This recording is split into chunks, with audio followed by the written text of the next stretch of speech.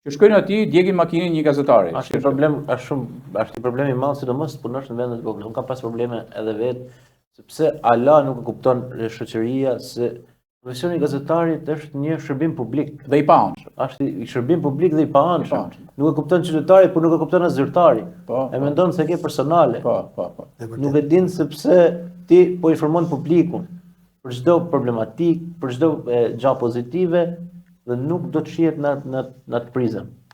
Prandaj, edhe punosh në vende të vogla, realisht është problem. Siç ishte edhe rasti i gazetarit Sami Curri në Bulqis, ku e djeg automjeti, është një gazetar me mjaft eksperiencë dhe që don punën, për 10 vite operon në qarkun e Dibrës, dhe merret më shumë me temat e prokurorisë, të gjykatës, por edhe tek kondëmtimet e shpërdorimit apo të parave publike, me tendrat me ata. Edhe ai vetë ka ngritur dyshime se nga këto publikime, kondëmtimet që i ka bë, i ka ardhur kjo ngjarja.